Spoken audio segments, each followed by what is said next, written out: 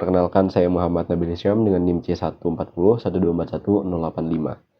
Saya berasal dari kelompok 4, paralel 1 dari mata kuliah Fisiologi dan Reproduksi Organisme Akuatik.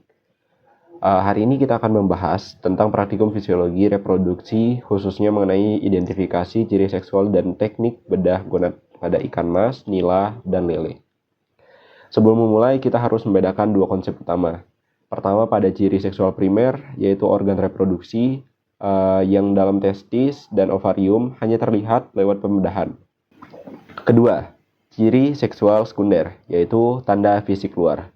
Ciri seksual ini terbagi menjadi dimorfisme seksual dan dikromatisme seksual. Untuk dimorfisme sendiri adalah bentuk tubuh, sedangkan dikromatisme adalah berdasarkan warna tubuh. Nah, kita masuk ke prosedur kerja.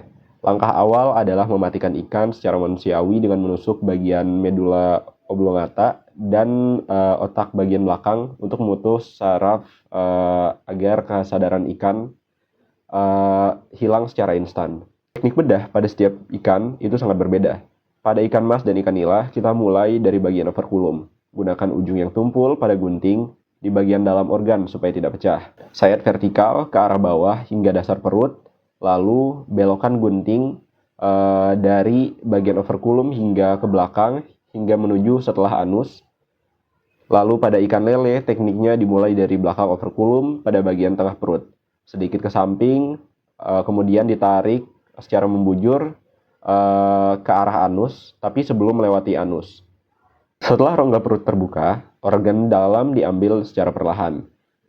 Bagian lemak, bagian daging, dengan bagian organ itu dipisahkan menggunakan bantuan pinset. Lalu kita perlu mencari bagian donatnya di bagian sekitar anus dan masuk ke hasil pengamatan.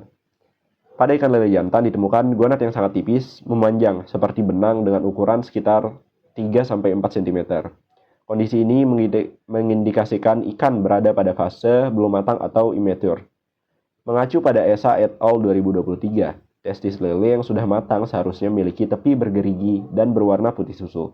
Sedangkan yang imatur atau yang belum matang masih berupa benang yang transparan.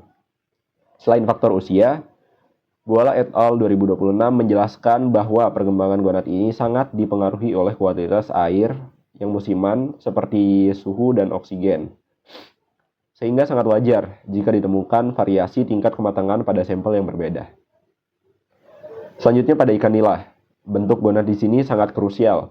Menurut Charman et al. 2023, jika ditemukan ovarium yang sangat kecil atau berbentuk benang pada betina, itu bisa menjadi indikasi ikan triploid yang mengalami sterilitas. Selain itu, ukuran tubuh juga menentukan. Berdasarkan data Bilay et al. 2025, ikan nila jantan dan betina memiliki ukuran matang gonad pertama atau pada L50 yang berbeda secara signifikan, sehingga panjang tubuh menjadi indikator utama kesiapan memijah.